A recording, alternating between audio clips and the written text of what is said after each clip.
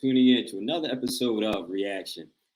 March Madness has subsided, and the University of Connecticut and University of Louisiana State have both been crowned for men and women NCAA national championships. And so, again, March Madness has subsided, and we're congratulating both of those universities for that grand achievement. As all of you know, I'm a hoops fan, so I would give shout out for that in that regard. But madness has not stopped in a lot of regards to things that's happening in our society. So there's a few things that I need to just bring to our attention and see what we are going to think of in terms of our reaction to those things. I'm going to talk about the situation with the Holy One, the Dalai Lama. And then we're going to talk about the heated up race for mayor in the city of Philadelphia. And one particular candidate shared some words that kind of left a particular neighboring city a little bit upset with his choice of language.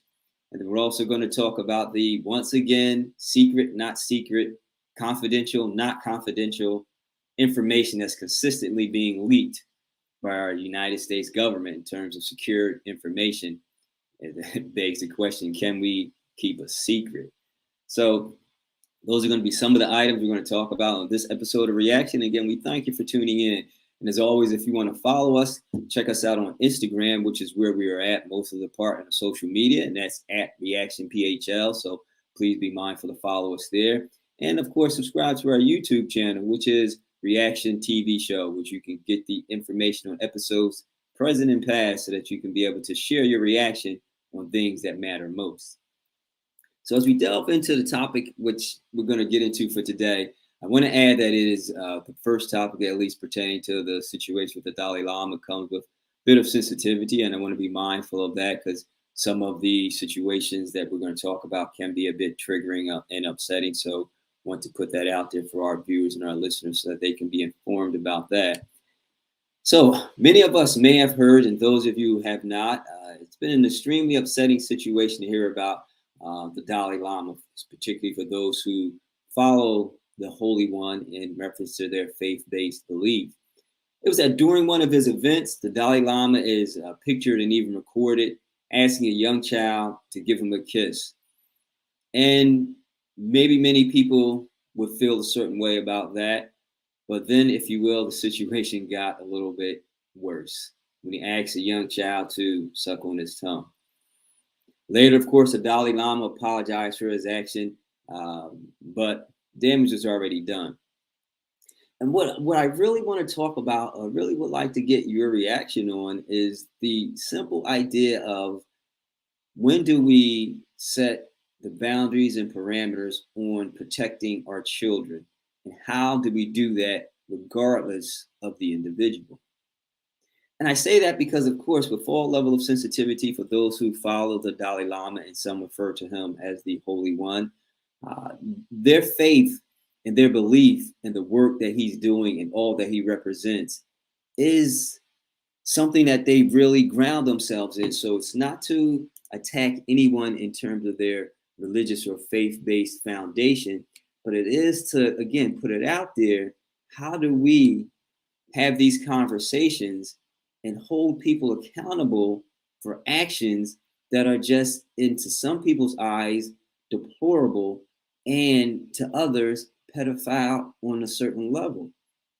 Now, again, me, myself, many of you who know me and know the work that I've done throughout the city and throughout the course of my community work, know that I hard advocate for our children. I am advocating for their safety, for their education, for their well-being. And situations like this really cause me to take a pause on how do we address situations like this. Because here you have an individual who's, again, world esteemed, liked by many, loved by even a larger amount. But he does something like that. And we're not judging his character in light of his actions, but sometimes it's hard to separate the two. It's hard to get to the point of saying, well, maybe that was just him being lighthearted in jest. Maybe that was him just having fun at the moment. Maybe, right? We can go down that maybe road. But the reality is that is how some of these perpetrators infiltrate our communities down that path of maybe. Maybe we look the other way. Maybe we give them a pass. Maybe we, accept their apology. All the while, trauma and abuse is happening to our children. Now, of course, the child may not look at it that way initially, but we don't know, or we cannot even perceive the psychological, emotional impact that it would have on this child in terms of his relations with not just adults, but with men and even with the Holy One himself. So we have to look at how do we call those things out and be careful at the same time? How do we, as the expression would go, attack the thought and not the thinker? How do we attack the action and not, if you will, the actor? Are they one and the same? Are they at a place where it gets to the cancel culture, which again, many of you know I have my views about the cancel culture. It may have its benefits, but with some things it has its benefits, they also have their drawbacks. And so I'm not espousing that we cancel the Dalai Lama, dump the Dalai Lama, but I am saying that his actions at that time were extremely problematic, and we have to be able to be in a place to call them out. Was the Dalai Lama wrong? In my opinion, in my initial reaction, for sure. I do not think that there should be a place and space at all in any regards where there should be that type of intimate, if you will, interaction with an adult, with a child, let alone the second step of asking the child to suck his tongue. That is problematic, predatorial, and also maybe even to a degree showing some of his proclivities. And if that is something we continue to let pass and not challenge, that will then be something that becomes the norm, not just for the Dalai Lama, but if it's not challenged, who knows? But it will become the norm in terms of, well, the Dalai Lama did it,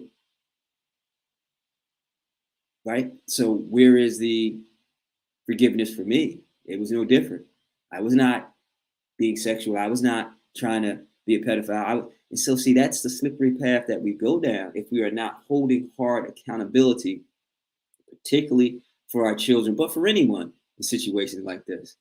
So we have to look at it. What are we going to say? What are we going to do?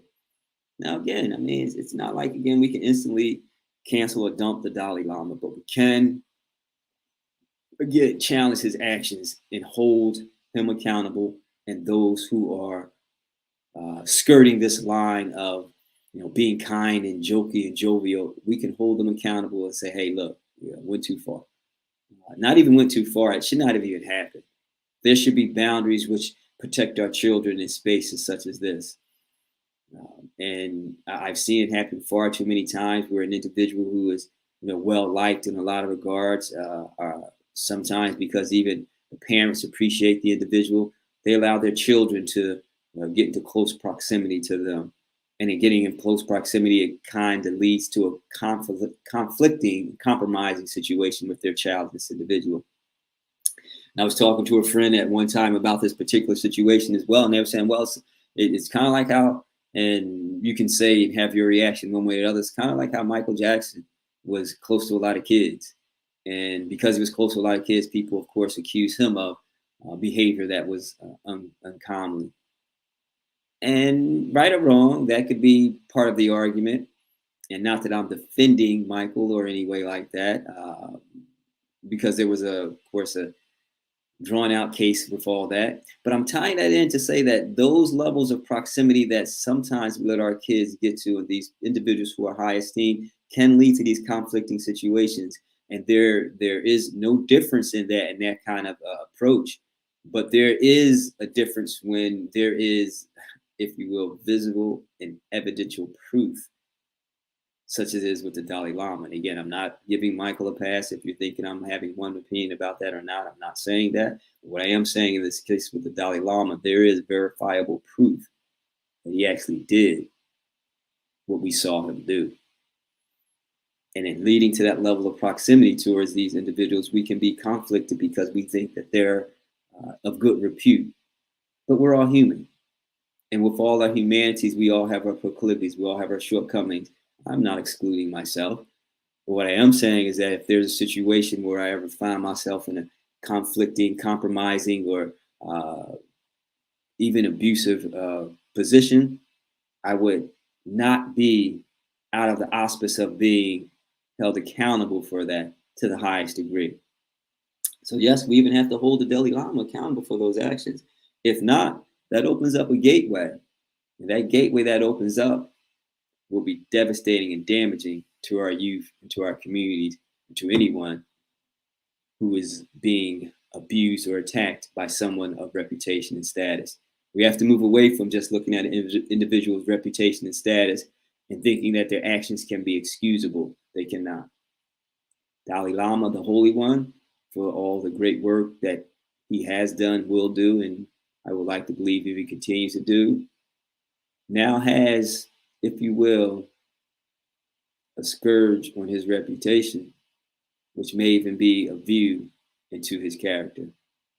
We don't know for sure, but what we do know is that we need to hold this action accountable to protect our children from these type of actions from the Holy One and all others as well. So I'd love to hear your reaction about that. And as always, if you want to send us an email comment, you can drop it in the show notes, or you can send us an email to reactionphl@gmail.com. And love to hear your reaction about that situation with the Dalai Lama, because it is very sensitive. It is very emotional. It is very challenging for us to see these type of things happen to our children with regard to someone who is, again, of well repute in that regard. So let's just keep the understanding of how we need to move forward in these situations so that we can be better and do better in those regards. And I'd like to now transition to another topic that I want to really kind of get into a little bit for the show here. You know, when we talk about, I remember when I was growing up as a kid, you know, it was like, you know, you tell somebody something and can you keep a secret was the thing we used to say. Now, for the most part, I grew up in Newark, New Jersey. For the most part, when you say stuff like that, it's like, yeah, maybe they can, maybe they can. Before you know it, everybody ends up knowing. So it came no surprise. You know, it's almost like Ben Franklin would say, you know, two men can keep a secret if one of them are dead. So I say that to say our government is now in a position of showing that, you know, there are really no secrets. I mean, you're having now this situation with Jack Teixeira, a 21-year-old Naval Guard reserve who leaked secrets from secured, supposed to be documents that he had access to. Now, Jack Teixeira, a 21-year-old National Guardsman whose main responsibility was cyber transport systems journeyman. In this position, of course, pretty good position in terms of its workforce responsibility, but only requires a high school diploma, a driver's license, and up to 18 years of on-the-job training. And yet, with that, he has, in some ways, access to top secret information. I think that's a bit challenging. I think that's a bit problematic. I think, you know, and nothing against our 21-year-olds or our younger adults, nothing against that.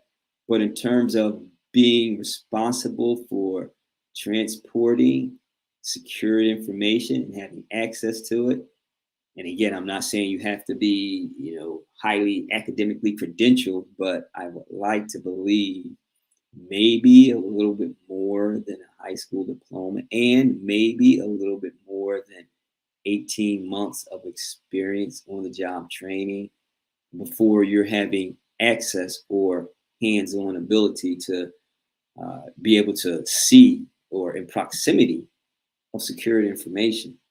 Now, some of the information that was leaked was posted on the internet with dozens of photos and printouts of what appeared to be highly classified documents. And these documents, 38 in particular, were of intelligence information from March 1st to from February 1st rather to March 1st. So it's like over a month's worth of documents that were leaked on the internet.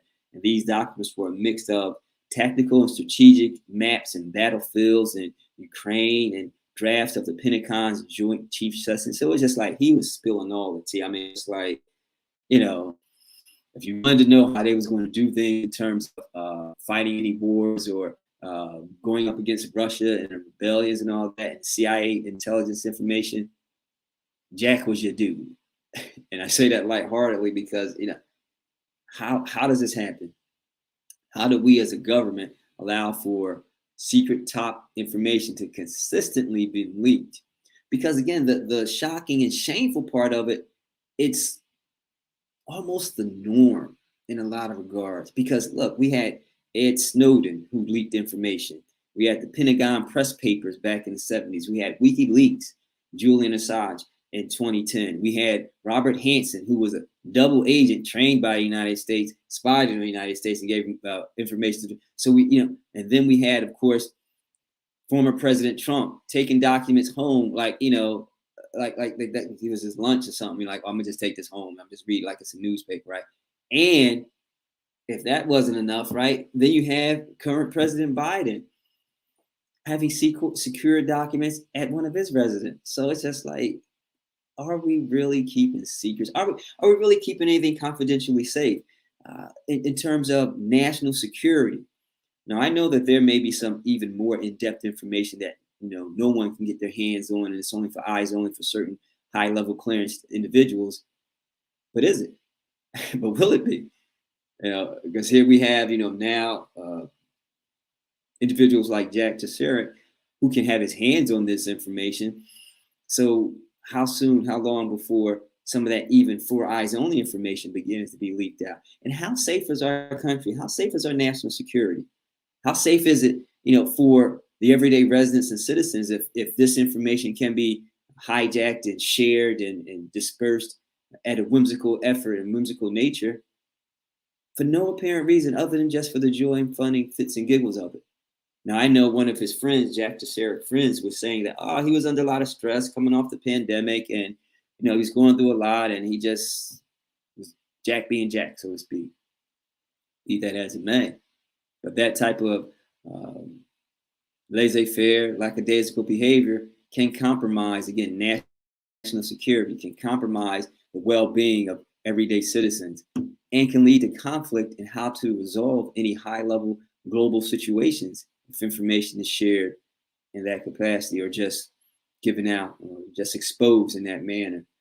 So again, President Biden is now challenged in the space of how do we address national security in lieu of information just being leaked and given out and documents not being secured or just being taken home and taken to places. I mean, would I be surprised if one day a document showed up on one of my desks in one of my offices? Not really, because it would be like, wow, there it is. And I say that lightheartedly, jokingly, but if things are just being given out, if things are just being, again, just shared without any true level of security, where is it the level of responsibility lies? Of course, the Department of Defense, they're going to take Mr. Teixeira through the ringer, and they're going to blame him for everything. They're not going to look themselves in the mirror, at least not in a hard way. They'll probably say, hey, we could have did this, we could have did this, but they'll point the hard finger at, young Jack. And rightfully so, because he compromised a lot of, again, national security, and he should be held accountable for that action, whatever level that accountability is. But should he be looked at in terms of he's the only villain, he's the only perpetrator of this? Not at all. Not when, again, we have a history of these actions happening time and time again with so-called, quote unquote, secured information. I don't see how we can really find ourselves being one of the world leaders and world powers if there's no level of confidentiality in the way that we maintain security on a high level stakes. Now, this isn't to say that I want our government to be so secretive that the public does not know what they're doing, because again, that's across levels of accountability. I want to always have maintained transparent. So that is not what I'm saying. But what I am saying is that there are things that are of such precious knowledge base in the way that security is held that we have to keep those things close to the vest as a country. Department of Defense, we have to do better. Whether it's in the screening of individuals, whether it's in the access of information that they can have exposed to, whether it's in anything in regarding how documents are kept, maintained, and secured. We have to do better to allow for the people and the citizens of this great country to realize that they're safe. Because look, we're already under cyber attack every time we turn around. There's someone's account being hacked. There's someone's ID being stolen. You know, we're already under that level of cyber attack. So this information being leaked does not give any more comfort in that space. And then you'll have those who are opportunistic in that space in terms of, hey, now you can buy this service or do this service. And now people are hyper aware, hyper paranoid in terms of how do I keep myself safe in this age of cyber attacks, in this age of information insecurity. You know, oddly enough, you know, my name, Jeff Jones, is such a popular name. It could be shared and identity stolen and things taken, and I may not ever know it. So how does that help us to know that government documents are being shared and dispersed and secrets are given away and we never know it? So there are some things that we just really have to look at and hold our government in a more level of accountability in terms of how do they keep us safe and secure. And it isn't to say, again, I repeat, this isn't to say that the government has to share everything. And this isn't to say that our government has to be so secretive that they don't share anything. But there should be a way that they protect something from these incidents like this happening. Because there are people who are in this world who mean no good. And if they're getting hands on this information, then that could be really dangerous on a global and national level. So we have a challenge with that. We have a lot of people who are giving a reaction to that situation. We have a lot of people who are really concerned about that, and rightfully so. So this, again, this leak, these shared documents, begs the question, as a country, can we ever keep a secret? Who knows? But one thing we do know, the race in Philadelphia for mayor is heating up.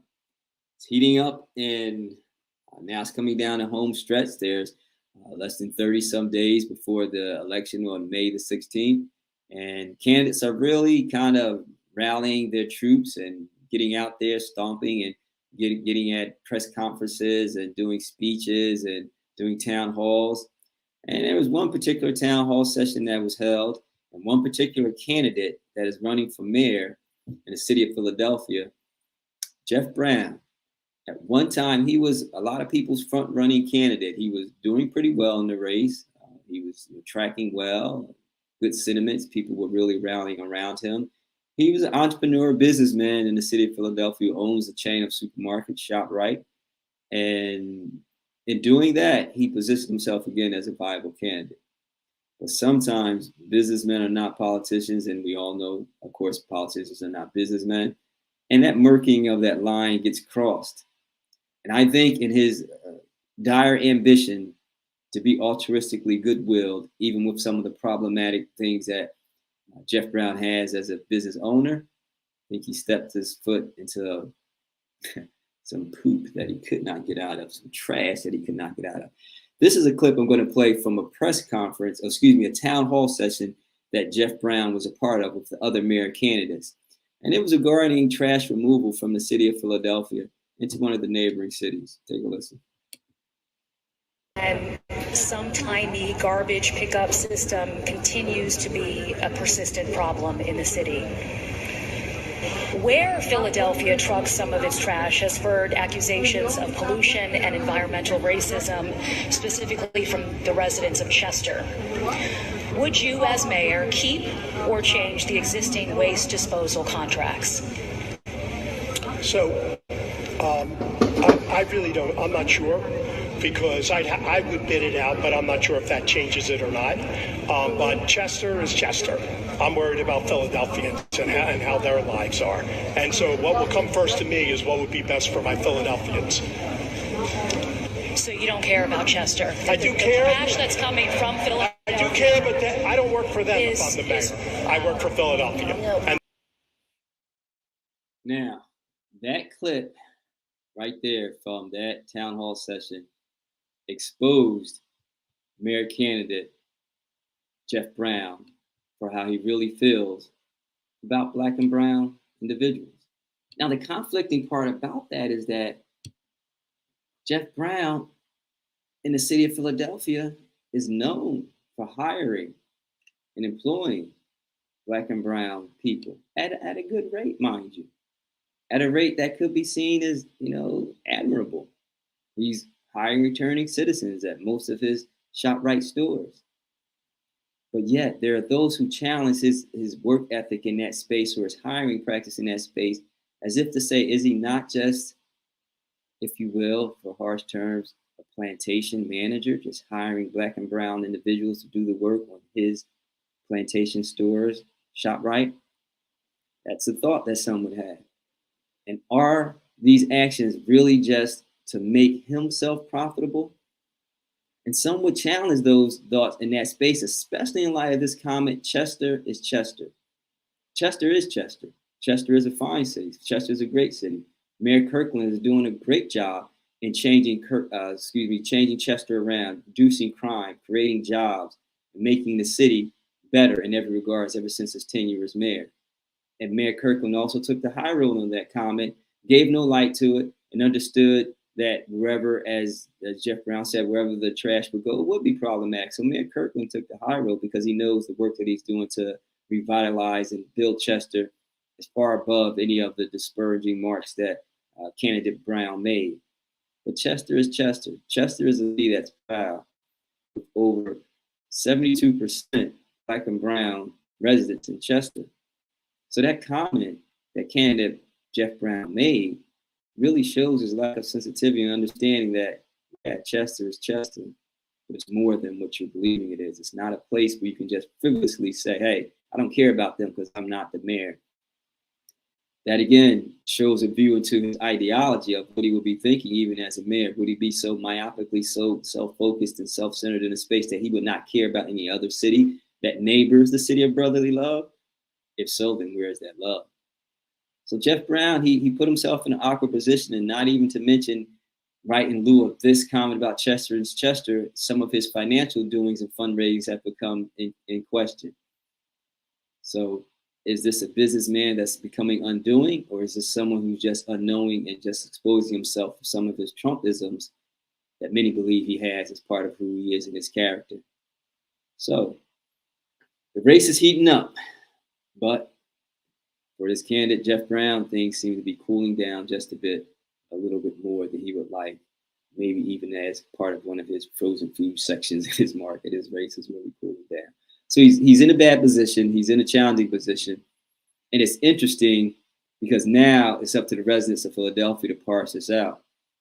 And I say this is interesting because he mentioned Chester, and we know, or I would like to believe, there was a lack of insensitivity towards Black and brown people, but people of Chester don't vote for the mayor of Philadelphia. So we as the citizens and residents of Philadelphia has to take his comments and realize what they are, and he meant what he meant. And so we have to realize that when we go to the voting booths and show them, we understood what you were saying about Black and brown people. So Jeff Brown is in a tough situation. So just wanted to share those items with you on this episode of Reaction. Thank you for tuning in and listening. Again, if you have any questions, comments, or feedback, please send us an email to reactionphl@gmail.com, and we'll be glad to respond to any of your questions, concerns, and feedback in that regard. Thank you again for tuning in. We hope you tune in again next week for the next episode of Reaction, so that you'll be able to hear any upcoming information and be able to get yourself informed in the process of knowing what's happening in your community, and also be able to share your reactions. So thanks for tuning in. See you next week. Have a good one.